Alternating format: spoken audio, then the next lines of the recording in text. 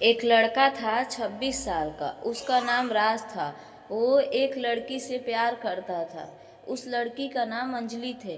वो दोनों एक दूसरे से बहुत प्यार करते थे। दोनों अच्छे खासे पढ़े लिखे भी थे, लेकिन दोनों के अलग अलग जाति के थे। इसलिए दोनों के परिवार वाले शादी के लिए तैयार नहीं थे। इसलिए दोनों ने भाग करके शादी के लिए फैसला किया। कुछ दिन बाद दोनों भाग करके शादी कर ली। जब लड़का शादी करके अंजलि को घर लाया तो राज के घर वाले बाहर से ही बोल दिए कि जैसे तू बिना हमसे पूछे शादी किया है, वैसे ही इसे यहाँ से ले करके तू चला जा, कभी भी अपना शक्ल मत दिखाना। हमें तो दोनों दूसरे चले गए और एक रूम किराए पर लिए और वहाँ पे जितने भी ज़रूरत की सामान चाहिए उतना ले करके आए। अब उन दोनों के पास थोड़ा सा ही पैसे बचे तो दोनों ने डिसाइड किया कि दोनों जॉब करेंगे तो ज़िंदगी अच्छी निकलेगी। फिर उन लोगों ने अपनी सुहागरात मनाई और दोनों बहुत ही खुश थे, क्योंकि दोनों एक दूसरे से बहुत प्यार करते थे, इसलिए उन लोग खुश थे। अब दूसरे दिन दोनों अलग अलग जॉब के लिए अप्लाई किए तो राज का पहले दिन ही काम मिल गया, लेकिन अंजलि को नहीं मिला। राज को एक कंपनी में काम मिली जहां पर उसे पैकिंग करवानी थी कपड़ों की। उसकी सैलरी करीब 21,000 थी। ये बात घर आ करके अंजलि को बताई तो अंजलि बहुत खुश थी। फिर दूसरे दिन से राज काम पे जाने लगे और इधर अंजलि भी जॉब के लिए कोशिश कर रही थी। एक ऑफिस था जिसमें डाटा वर्किंग का काम था, जिसमें अंजलि सेलेक्ट हो गई। अंजलि की पहले महीने से ही सैलरी 40,000 तय थी। अंजलि भी राज को फ़ोन करके बताई तो राज बहुत खुश था कि अब दोनों की ज़िंदगी अच्छी निकलेगी। फिर दोनों एक साथ काम के लिए निकल जाते थे और पूरा मन लगा करके काम करते थे। ऐसे ही दिन बीतने लगा। अपने घर वालों को भी दोनों याद नहीं करते थे। एक महीने बीत गए, तब दोनों की पहली सैलरी आई तो अंजलि अपनी पहली सैलरी राज को दे दी और राज भी अपनी पहली सैलरी घर पे लेकर आया तो राज बोला कि ये दोनों सैलरी तुम रखो, तुमको जो खरीदना हो मुझे पैसे दे देना, मैं ला करके रख दूंगा। इस घर की मालकिन तुम ही हो। फिर अंजलि सारा पैसा रख दी और जब जितना ज़रूरत रहता था राज को उतना पैसा देती थी। एक दिन अंजलि को बॉस ने अपने केबिन में कुछ काम के लिए बुलाया और उसको कुछ काम था जो समझाने लगा। अंजलि काम पर ध्यान दे रही थी, लेकिन उसका बॉस का नज़र अंजलि पे था, क्योंकि अंजलि काफ़ी खूबसूरत थी। फिर अंजलि बॉस के केबिन से अपने केबिन में चली गई। कुछ दिनों तक उसका बॉस उसको छुप छुप कर देखता रहता था। ये बात अंजलि को पता नहीं था। एक दिन की बात है कि अंजलि को बॉस अपने साथ किसी दूसरी जगह मीटिंग के लिए ले गया और फिर दोनों मीटिंग किए अपने पार्टनर से।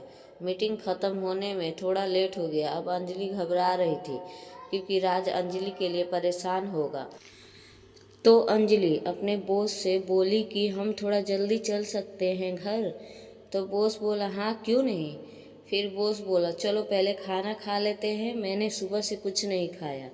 अंजलि बोली ठीक है। फिर अंजलि और उसका बॉस एक रेस्टोरेंट में गए।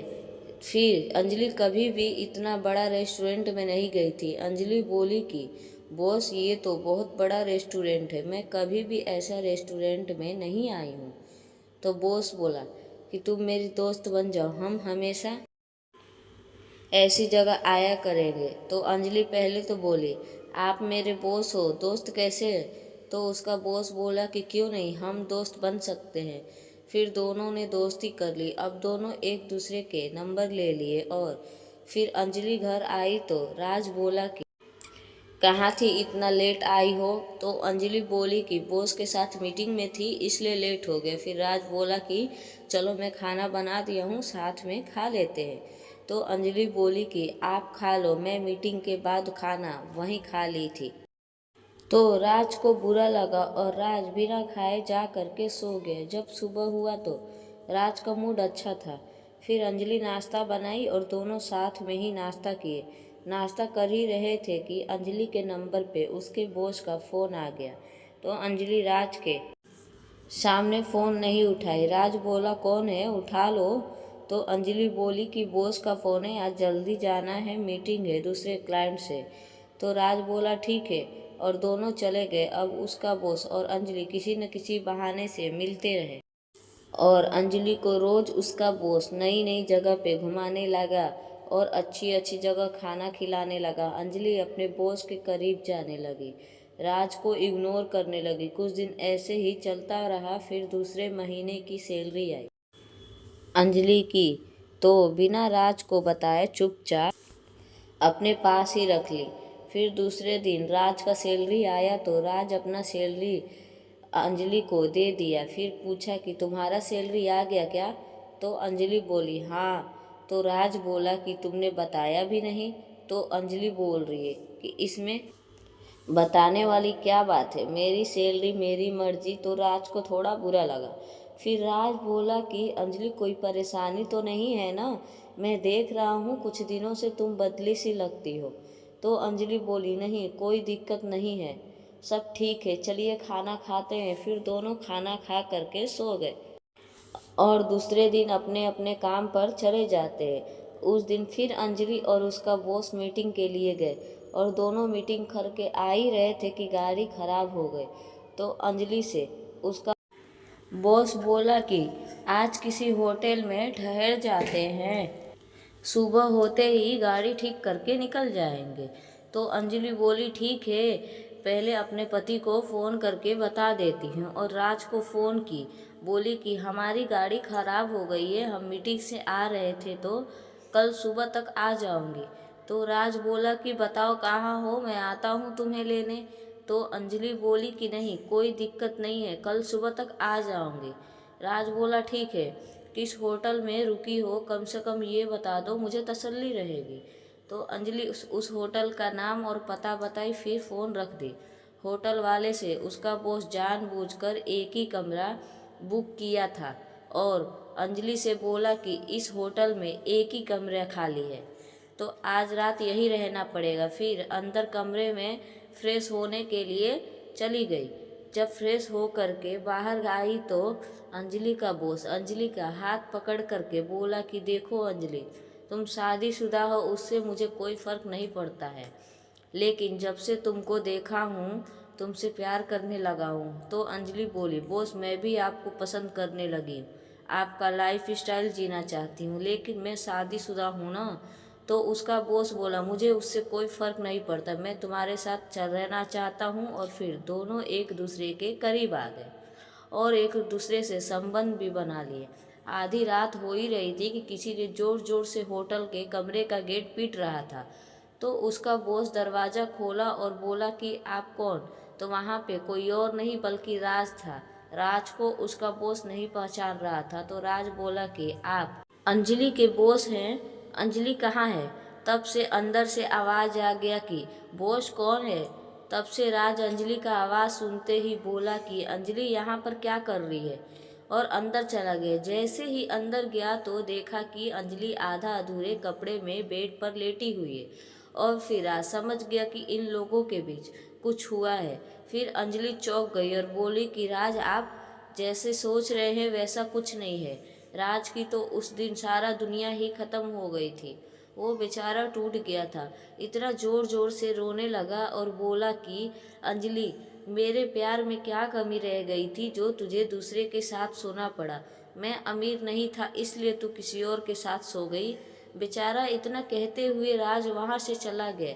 जैसे ही सुबह हुई अंजलि भी गई घर। अब राज अंजलि को देखा तो बोला कि मैं तुम्हें आज ही तलाक दूंगा और आज से तुमसे मेरा कोई रिश्ता नहीं है, समझी?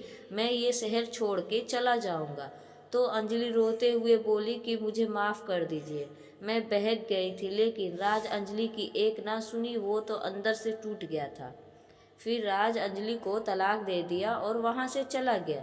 राज इधर अंजलि के पास कोई नहीं था, इसलिए अंजलि अपने बॉस से शादी कर ली। अब शादी किए 2 साल हो गए थे, लेकिन राज का कोई पता ही नहीं चला। एक दिन अंजलि और उसका दूसरा पति मंदिर गए थे पूजा करने के लिए।